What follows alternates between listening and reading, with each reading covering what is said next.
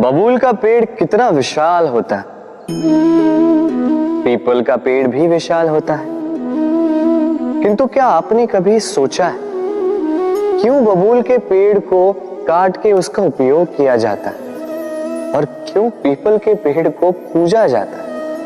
इसलिए क्योंकि पीपल का पेड़ उसके नीचे बैठे पथिक को छाया देता है, अपनी डाली पर असंख्य पंछियों को बसेरा देता है, किसी को काटे चुभाकर दूर नहीं करता, बल्कि उसे शीतल छाया देकर उसकी थकान हार लेता। इस संसार में यदि आपको सम्मान पाना है तो पीपल की भांति ही बनना होगा। कुछ देना सीख, आनंद, सुख, शीतलता बांटना सीखो और कांटों की भांति कभी किसी को कष्ट ना दो। सम्मान स्वयं चल के आपके पास आएगा और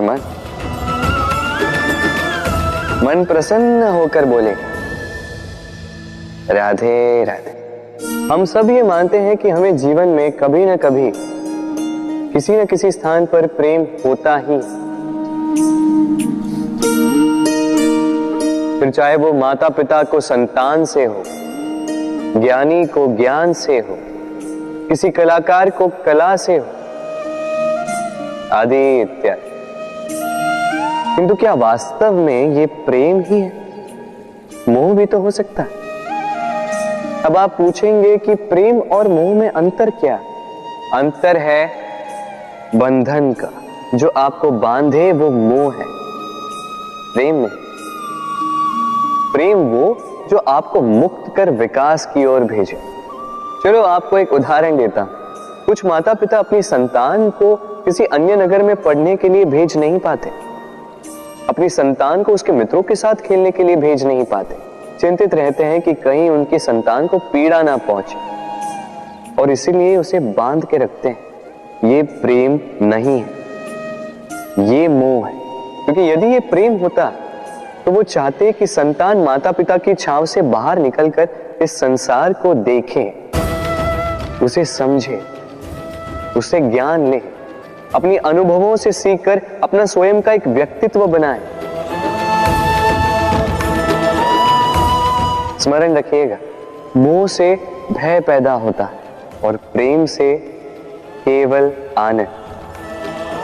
इसीलिए बांधिए मत, मुक्त कीजिए, क्योंकि यही प्रेम है। राधे राधे। संसार में संबंध बहुत ही महत्वपूर्ण होते हैं। अब प्रश्न ये उठता है कि संबंध कैसे होने चाहिए? संबंध शब्द के प्रारंभ में ही सम शब्द आता है। सम अर्थात समानता। तो किसी के साथ संबंध निभाते हुए इतना मत झुकिए कि उठने के लिए किसी के सहारे की आवश्यकता पड़ जाए। स्मरण रखिएगा, जो झुकाना चाहे वो कभी संबंध निभा नहीं पाएगा।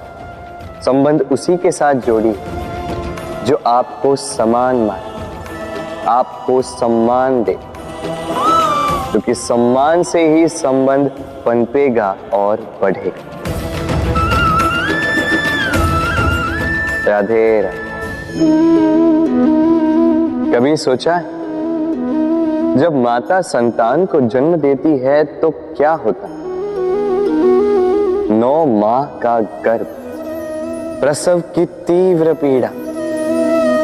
कहते हैं ये पीड़ा इतनी भयंकर होती है कि मानो जैसे संतान के जन्म के साथ माता को भी एक नया जन्म मिल जाता है और इस जन्म के साथ अंत होता है माता की पीड़ा।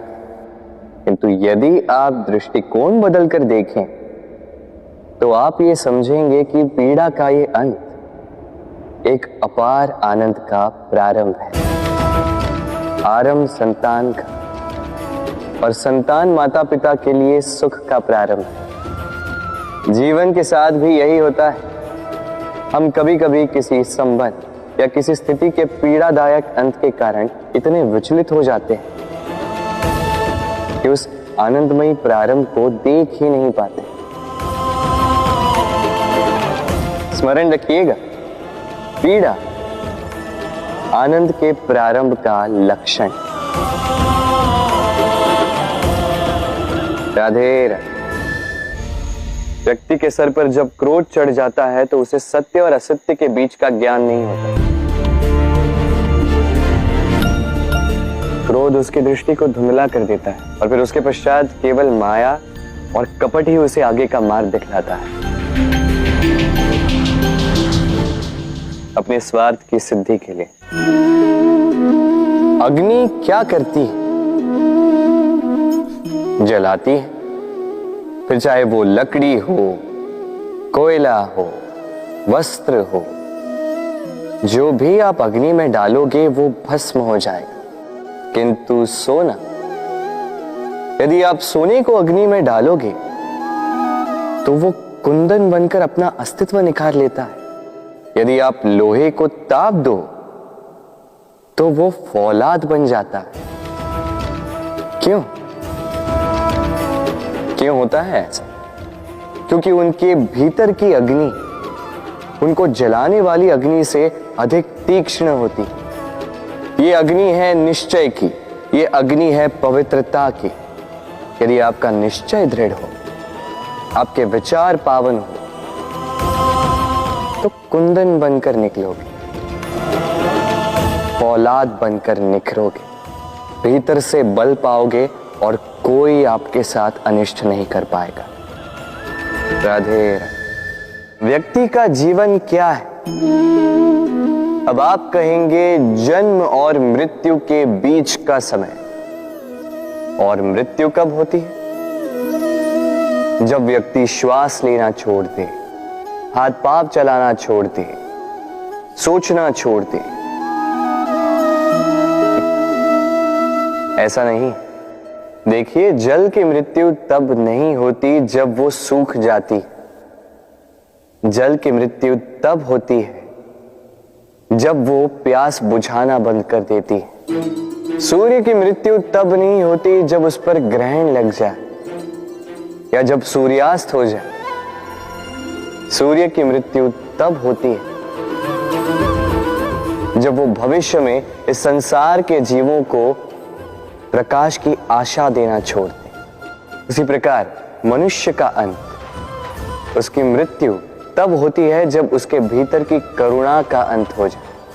करुणा वो भाव है जो मनुष्य को मनुष्य बनाए रखती है, जो एक मनुष्य को किसी और मनुष्य का कष्ट, उसके आवश्यकता का अनुभव कराती है, जो उसे बल देती है किसी और की सहायता करने के लिए, उसे पात्र बनाती है इस सृष्टि का नियंता बनने के लिए। देखिए, इस संसार में मृत्यु केवल एक बार होती, तो उससे पूर्व क्यों मरना? इस करुणा को क्यों मारना? स्वयं को मनुष्य बनाए रखिए, मृत्यु के पश्चात भी जीवित रहेंगे।